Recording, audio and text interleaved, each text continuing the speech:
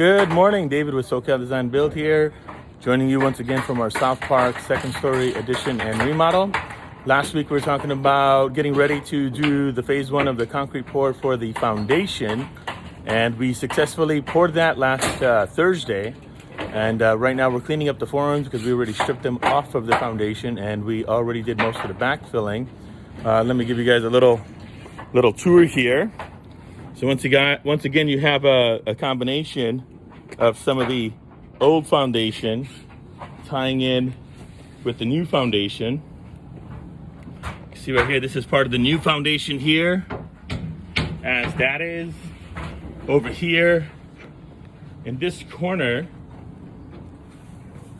there was a gap between the old foundation and a addition that was done about 20 years after the house was built.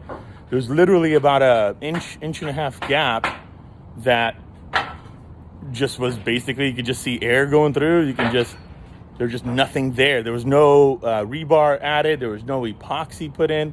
And so what we ended up doing after consulting the engineer is we ended up cutting off about 2 feet of this foundation. And then we dug underneath the old foundation about a foot, and then came about a foot underneath this side here, underneath its footing. And we poured, first we did the rebar, then we epoxied going across from this foundation into there. And then we went ahead and we poured the footing and the stem wall at the same time.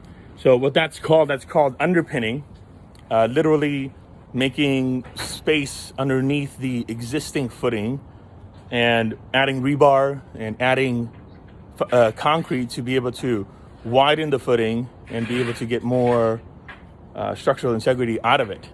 Let me show you guys another part of this foundation here. This is all the new stuff here. You can see, still working on the backfilling.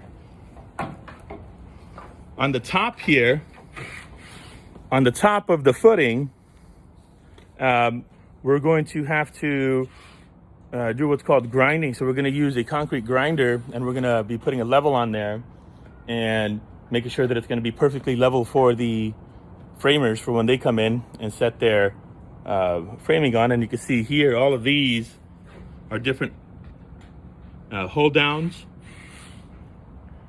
and structural connections. So this is the specific area that the 4x4s are going to be installed, that has room for bolts to be able to go through.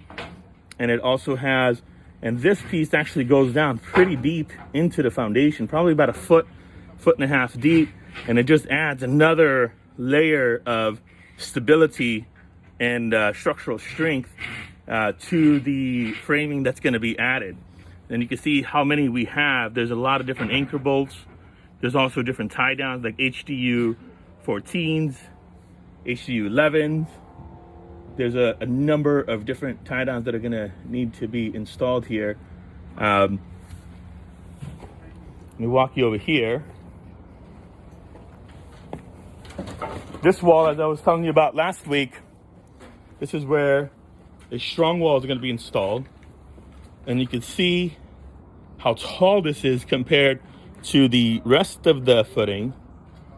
Yeah, this is going to be a section of the house that's going to be a lot of weight's going to be sitting here, and this is, once again, it's going to protect and help stabilize the house from lateral shifts, which could be caused by an earthquake.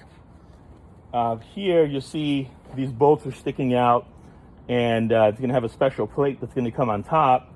It's going to hold a metal section of wall that's going to go all the way up through the second story. And this is another hold down, a special hold down that we installed here. And then the strong wall is going to be installed between these two. So it's a lot of work. There's still a lot of work to be done. The footings and the foundation part is not made to be pretty. It's made to be sound and structural.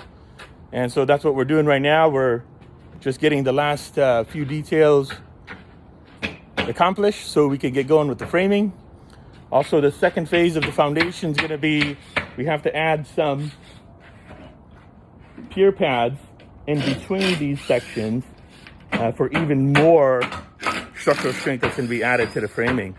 So hopefully that makes sense. It's a lot of work, but if you guys are looking to add some more space to your home, please feel free to reach out to SoCalBuilds.com, www.SoCalBuilds.com, or call 619-448-0051, and we'll see you next time.